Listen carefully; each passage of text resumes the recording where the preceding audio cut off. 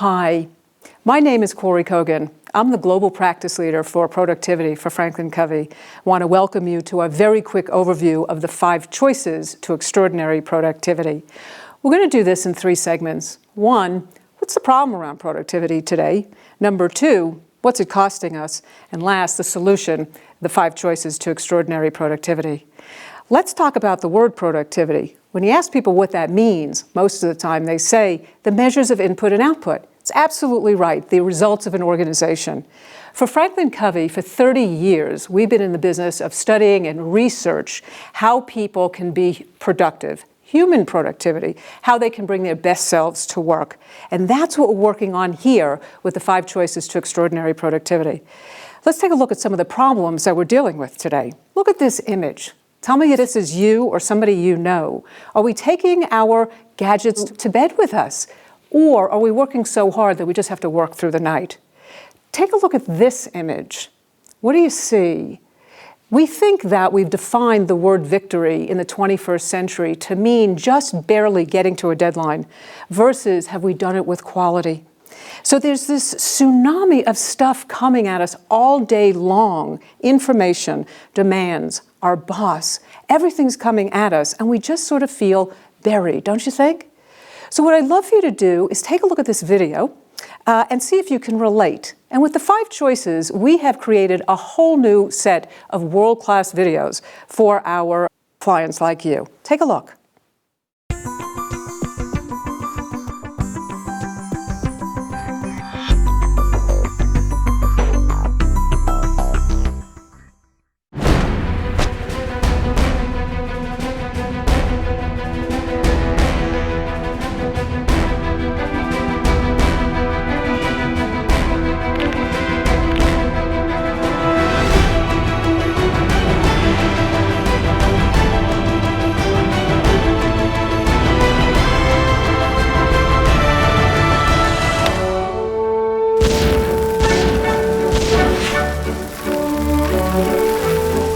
Today's workplace is a battlefield.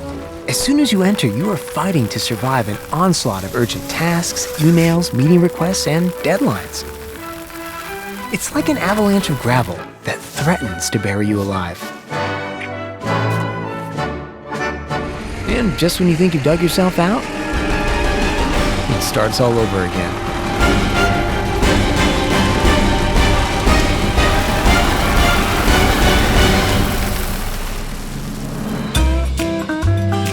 And it's not just at work. The gravel threatens our personal lives as well, distracting us from key relationships and things that matter most. So we try to sort the gravel, label it, and organize it. We discuss it in meetings, often missing issues that are far more important. What extraordinary things could you achieve if only you could break out? Ready for a change?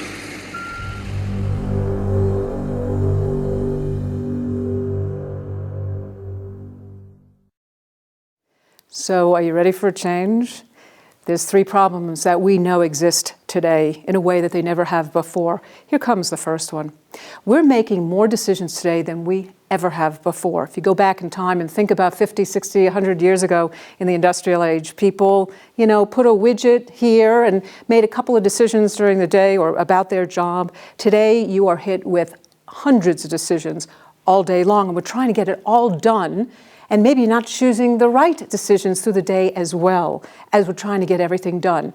The second big problem that we're dealing with is our attention is under unprecedented attack. We've sort of enabled it, right?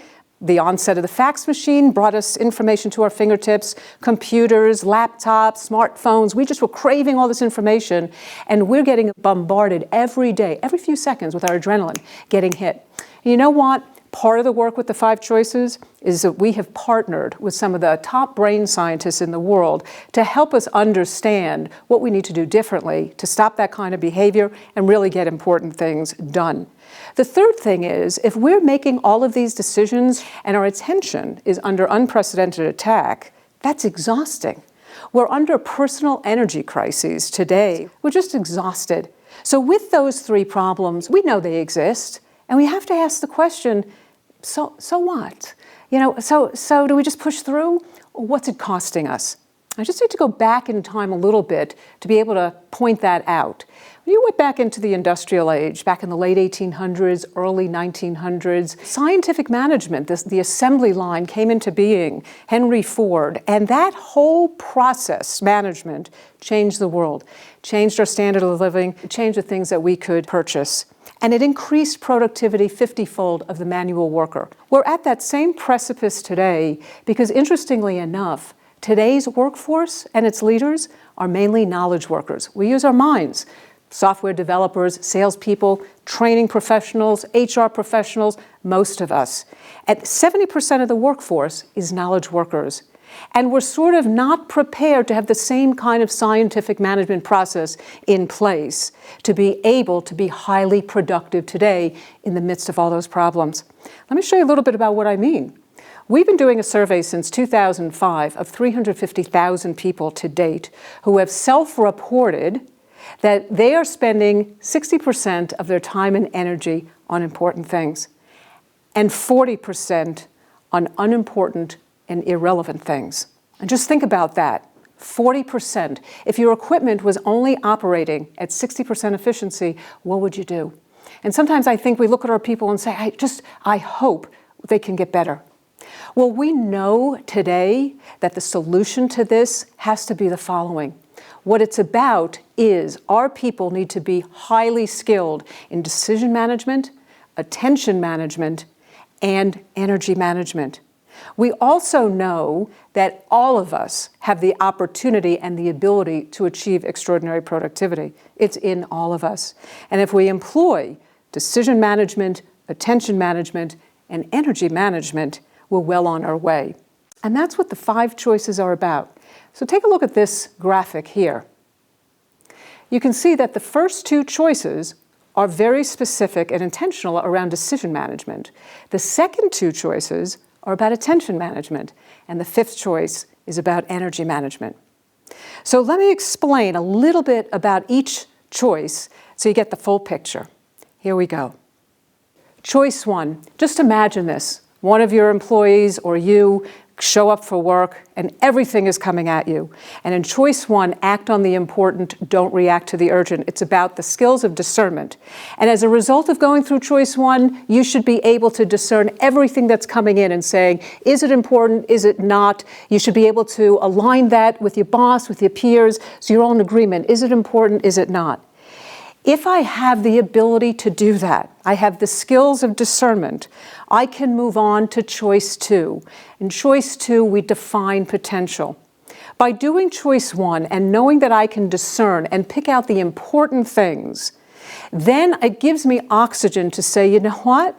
I can be extraordinary. And what we do in choice 2 is have people look at their roles, because we are very self-identified by our roles, and our brain scientist partners have validated this with us, and our values are buried in who we are as parents, as employees, as managers, etc. So we ask you to look at your roles and say, you know what, I'm a marketing director. What does extraordinary look like? You know what, I'm a business catalyst. I'm a wife. What does that really look like? Well, I'm Steve's best friend.